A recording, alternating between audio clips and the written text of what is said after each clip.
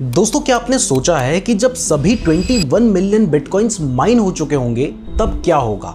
क्या तब बिटकॉइन की वैल्यू जीरो हो जाएगी? क्योंकि जब सभी बिटकॉइन माइन हो चुके होंगे तो माइनर्स को रिवॉर्ड में बिटकॉइन नहीं मिलेगा, और जब उन्हें कुछ भी रिवॉर्ड नहीं मिलेगा तो फिर कोई माइनिंग क्यों करेगा? और जब कोई बिटकॉइन की माइनिंग नहीं करेगा तो फिर ट्रांजैक्शंस कैसे वेरीफाई होंगी? और अगर ट्रांजैक्शंस नहीं होंगी तो फिर बिटकॉइन का काम ही क्या रह जाएगा? और मैं आपको बता दूं कि 95% बिटकॉइंस तो ऑलरेडी माइन हो भी चुके हैं। तो अगर आपके मन में भी ये सवाल आता है तो इस वीडियो में आपको इस सवाल का जवाब मिल जाएगा, तो वीडियो को ध्यान से जरूर देखिएगा। तो इसको समझने के लिए सबसे पहले समझते हैं कि ये जो बिटकॉइन माइनिंग है ये काम कैसे करती है और नए बिटकॉइन सर्कुलेशन में आते कैसे हैं।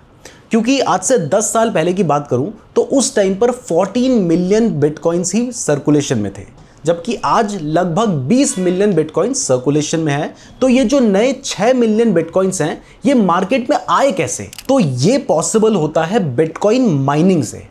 माइनिंग बेसिकली एक प्रोसेस है जिसमें कोई भी व्यक्ति, चाहे आप हो या कोई भी व्यक्ति, अपना एक माइनर सेटअप कर सकता है। माइनर बेसिकली एक बहुत ही पावरफुल कंप्यूटर होता है जिसका यूज करके पजल्स को सॉल्व किया जाता है। और ये जो पजल्स होती हैं ये क्रिप्टोग्राफिक पजल्स होती हैं, और जब कोई माइनर यानी कंप्यूटर पजल को सॉल्व कर देता है तो वो पजल के सॉल्व होने का मतलब है कि एक ट्रांजैक्शन वेरीफाई हो गई है। और जब एक ट्रांजैक्शन वेरीफाई होती है तो जो ब्लॉकचेन कहा जाता है ना, उस ब्लॉकचेन में एक नया ब्लॉक ऐड हो जाता है। अब ये जो ब्लॉक है ये कुछ भी नहीं है, ये बल्कि ट्रांजैक्शंस की सिर्फ डिटेल्स हैं कि भाई इतना बिटकॉइन यहां से यहां भेजा गया है। बस ब्लॉक की खासियत ये होती है कि इसमें इससे पहले जो ट्रांजैक्शन हुई थी उसका भी हैश होता है, यानी कुछ ना कुछ कोड वगैरह होता है। और ऐसे सभी जो ट्रांजैक्शंस या जो ब्लॉक्स हैं वो एक दूसरे से जुड़े होते हैं। मतलब पहली ट्रांजैक्शन हुई तो दूसरी ट्रांजैक्शन में उस पहली ट्रांजैक्शन का रेफरेंस यानी हैश होगा, फिर तीसरी ट्रांजैक्शन होगी तो उसमें दूसरी ट्रांजैक्शन का रेफरेंस होगा, और ऐसे पूरी ब्लॉकचेन बनती है। और इन ट्रांजैक्शंस को ही पजल्स को सॉल्व करके वेरीफाई किया जाता है। यानी किसी एक व्यक्ति ने किसी दूसरे व्यक्ति को बिटकॉइन भेजा है, तो अब इसे कोई सेंट्रल अथॉरिटी तो बिटकॉइन में है ही नहीं, तो कोई ना कोई तो इसको वेरीफाई करेगा ना। तो वो वेरिफिकेशन माइनर्स करते हैं, और ऐसे माइनर यानी जो कंप्यूटर है उसको ट्रांजैक्शन को वेरीफाई करने के बदले रिवॉर्ड मिलता है, या कह सकते हैं कि पेमेंट मिलती है, जो कि बिटकॉइन की फॉर्म में होती है। यानी अभी तक आपको एक बात क्लियर हो चुकी होनी चाहिए कि माइनिंग का जो मेन पर्पस है वो बिटकॉइंस को एज अ रिवॉर्ड या पेमेंट के रूप में कमाना नहीं है, बल्कि माइनिंग का पर्पस है ट्रांजैक्शंस को वेरीफाई करवाना। और जो ये बिटकॉइन को बनाने वाला आदमी था या ग्रुप था, सतोशी नाकामोटो, वो बहुत समझदार आदमी था। उसको पता था कि भाई मैं तो चाहता हूं कि यहां पर कोई सेंट्रल अथॉरिटी ना हो जो बिटकॉइन को कंट्रोल कर रही हो, तो फिर कैसे वेरीफाई होगा कि एक ट्रांजैक्शन हुई है? तो इसके लिए उसने ये पूरा सिस्टम बिठाया जिसमें कुछ माइनर्स होंगे, जो कि कोई भी बन सकता है। आप खुद भी एक हैवी कंप्यूटर को बाय करके माइनिंग शुरू कर सकते हैं। तो कोई भी व्यक्ति माइनर बन सकता है जो कि एक ट्रांजैक्शन को वेरीफाई करेगा। और कोई ट्रांजैक्शन को क्यों वेरीफाई करेगा, कोई अपना टाइम और पैसा क्यों बर्बाद करेगा? वो तभी वेरीफाई करेगा जब उसको उसके बदले में कुछ ना कुछ रिवॉर्ड मिले, और ये रिवॉर्ड बिटकॉइन की फॉर्म में होता है। और ऐसे ही जो नए बिटकॉइंस हैं वो रिवॉर्ड मिलकर ही सर्कुलेशन में आते हैं। तो अगर आप भी चाहो ना तो आप भी बिटकॉइन माइनिंग कर सकते हो। बस आपको एक हैवी कंप्यूटर, या उसके लिए अलग से आज के टाइम पर माइनर्स आते हैं, आपको उसे बाय करना होगा, सेटअप करना होगा, और कल से आपने माइनिंग करना शुरू कर दिया। बट अभी आप माइनिंग क्यों करोगे? क्योंकि आपको पता है कि अगर मैं माइनिंग करूंगा तो मुझे क्या मिलेगा?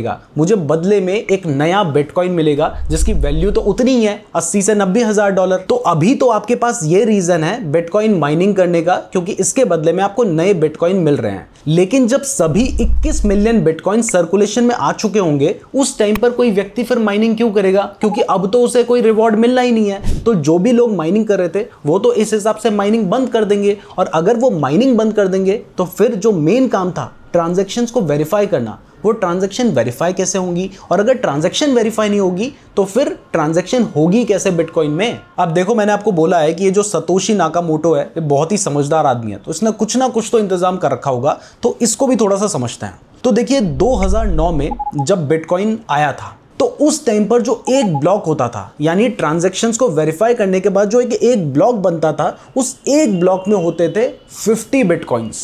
तो अगर आज भी 50 बिटकॉइंस मिल रहे होते फिर तो सभी काम धंधा छोड़ के यही काम कर रहे होते। तो उसने पहले से ये बात सोच रखी थी। तो उसने कहा कि जब हर 2,10,000 ट्रांजैक्शंस हो जाएंगी ना, उसके बाद हम क्या करेंगे, हम इस रिवॉर्ड को आधा कर देंगे। तो ऐसे 2012 में 2,10,000 ट्रांजैक्शंस कंप्लीट हो गई थी। तो उस टाइम पर क्या हुआ, ये जो रिवॉर्ड था इसको आधा कर दिया गया।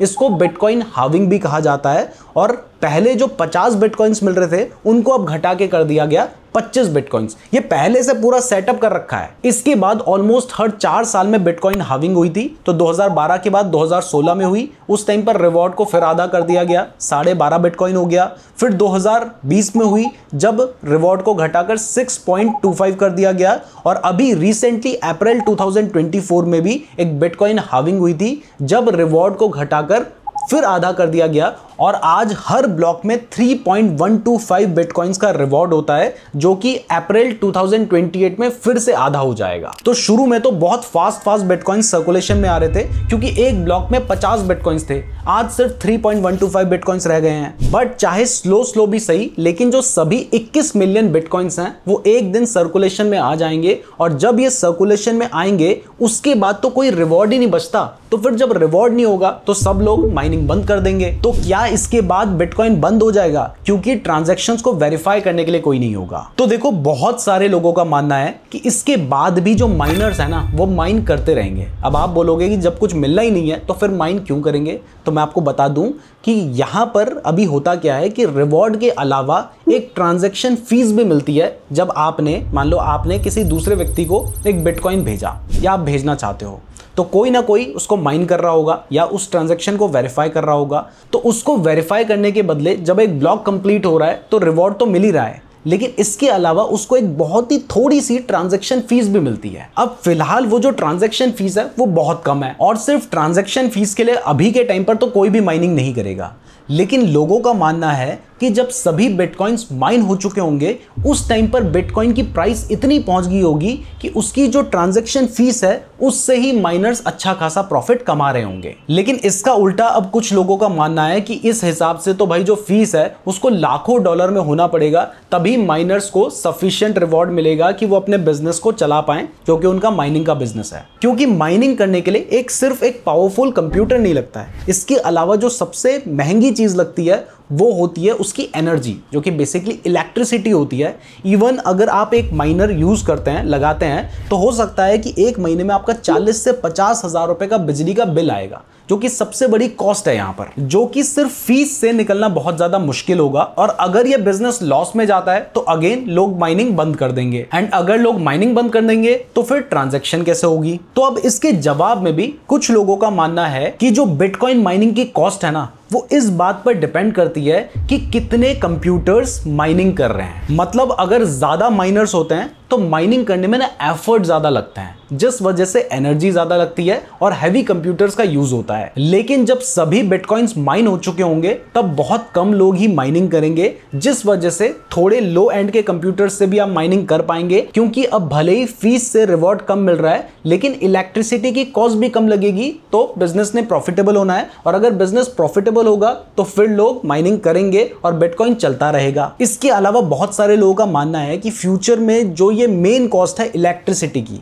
ये किसी अलग टेक्नोलॉजी की वजह से, या हो सकता है कि हम न्यूक्लियर पावर का यूज करें, इस वजह से ये बहुत कम आ जाए। और अगर ये कम आती है तो अगेन ये जो बिजनेस होगा ये प्रॉफिटेबल होगा, क्योंकि आप ट्रेडिंग फीस से भी अच्छा खासा प्रॉफिट कमा लेंगे। बट अगर ऐसा भी नहीं हुआ तो क्या होगा, ये बताने से पहले अगर आप चाहते हैं कि मैं इस टॉपिक के ऊपर भी वीडियो बनाऊं कि क्रिप्टो करेंसी काम कैसे करती है, तो इसके लिए कमेंट जरूर कीजिएगा। अगर आप लोगों के 2000 कमेंट्स आते हैं तो हम इस टॉपिक के ऊपर वीडियो बनाएंगे, तो कमेंट जरूर कर दीजिएगा। तो अगर मान लीजिए ये सब नहीं होता है, तो इस केस में माना जा रहा है कि जब तक सभी बिटकॉइंस माइन होंगे तब तक जो बिटकॉइन है वो इतना ज्यादा पॉपुलर या इतना ज्यादा यूज में आ चुका होगा कि गवर्नमेंट की या तो ये जरूरत बन चुका होगा या मजबूरी बन चुका होगा कि उन्हें बिटकॉइन को माइन करना ही पड़ेगा। और बड़े बड़े देशों की जो गवर्नमेंट है वो बिटकॉइन माइनिंग करेगी। इवन अभी के टाइम पे माना जाता है कि रशिया, चाइना और भी काफी सारी कंट्रीज बिटकॉइन को माइन कर रही हैं। और इवन आपको पता है कि अभी रिसेंटली डोनाल्ड ट्रंप ने बिटकॉइन स्ट्रैटेजिक रिजर्व बनाने की बात की है।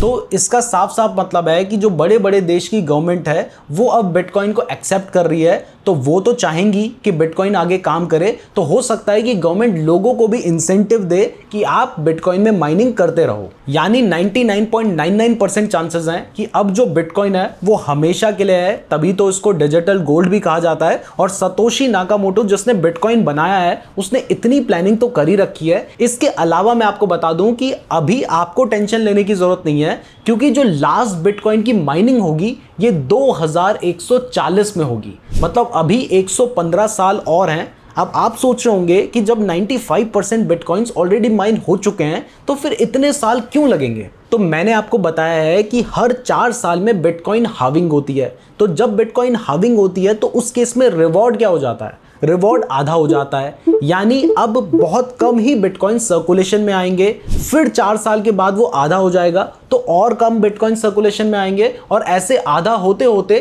2140 पे जाकर सभी बिटकॉइन सर्कुलेशन में आ पाएंगे। तो जितने भी लोग अभी पृथ्वी में जिंदा हैं उनको तो बिटकॉइन की टेंशन लेने की जरूरत नहीं है। और आगे भी मैंने आपको बताया कि 99% चांसेस हैं कि बिटकॉइन चलता ही रहेगा। अब मुझे पता है कि ये वीडियो देखने के बाद आप लोगों के माइंड में एक चीज तो जरूर आ रही होगी कि क्या मैं भी बिटकॉइन माइनिंग कर सकता हूं। तो मैं आपको बता दूं कि हाँ, आप भी घर बैठे बिटकॉइन माइनिंग शुरू कर सकते हैं, लेकिन इसके लिए आपको एक बहुत ही हैवी हार्डवेयर खरीदना होगा, जो कि बेसिकली एक कंप्यूटर होगा, जो कि 3-4 लाख से लेके 30-40 लाख रुपए तक का भी आ सकता है। इसके अलावा जो एनर्जी कॉस्ट होती है वो भी बहुत ज़्यादा होती है, जिसके बाद आप इस बिजनेस से 10 से 15 या 20% का प्रॉफिट निकाल सकते हैं। तो इसके ऊपर भी आप रिसर्च कर लीजिएगा। बाकी अगर आप बिना बिटकॉइन माइनिंग के भी बिटकॉइन से पैसे कमाना चाहते हैं तो आप बिटकॉइन के फ्यूचर्स में भी ट्रेड कर सकते हैं। इसके लिए मैं आपको डेल्टा एक्सचेंज का लिंक डिस्क्रिप्शन पे दे दूंगा, जहां पर आपको अप टू 200 टाइम्स तक का लेवरेज मिलता है। मतलब आप 1000 रुपए लगाकर 2 लाख रुपए तक का भी ट्रेड ले सकते हैं।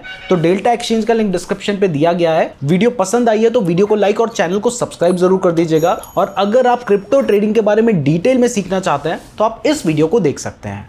धन्यवाद।